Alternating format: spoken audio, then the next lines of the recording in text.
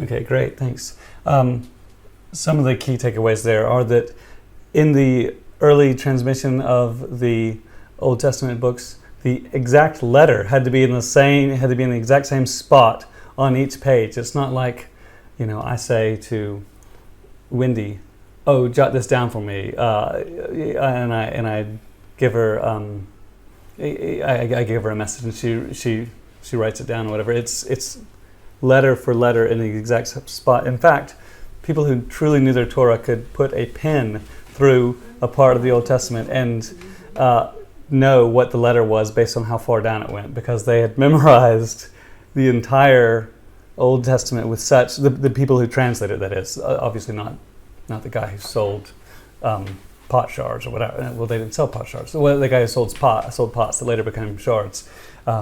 So the people who knew their scripture, who were involved in the transmission process, knew exactly where every letter of the Old Testament was. You may have noticed, he said that it was divided by there were little lines that were run across the text so that each letter went in its little square.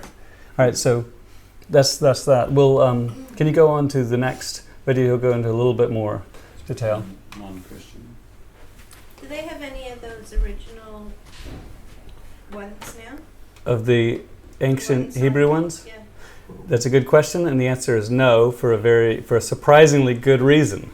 One of the main things that I found that Josh McDowell did was explain, I don't want to steal his thunder, but the fact that there are very few surviving manuscripts of the Old Testament is a testimony to its authenticity in an unexpected way, and the fact that there are very many surviving manuscripts of the New Testament is a testimony to its authenticity in a different way, because they were different transmission techniques, and he'll get right into that.